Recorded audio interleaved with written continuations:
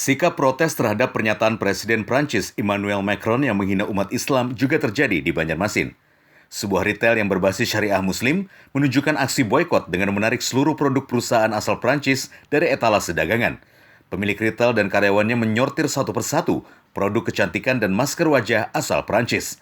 Pengelola retail juga menghentikan pemesanan seluruh produk bermerek perusahaan dari Prancis. Kita dari pihak 212 Ormat, khususnya Banjarmasin ya, kita sudah melakukan beberapa, bisa dibilang tindakan lah, sesuai dengan kondisi terakhir, bahwa untuk saat ini kita tidak melakukan pemesanan ya atau order ke pihak distributor atau supplier yang menyuplai item-item produk dari Perancis tersebut ya.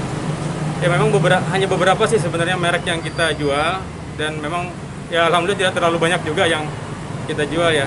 Nah, kemudian tidak melakukan order, terus juga ini dalam proses kita melihat kondisi mungkin 1 atau 2 hari ke depan.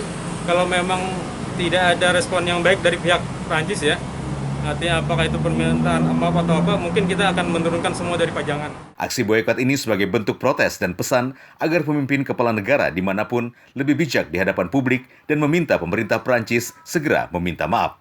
Satya Naka dan Aziz, Kalsel 1 Net, Banjarmasin.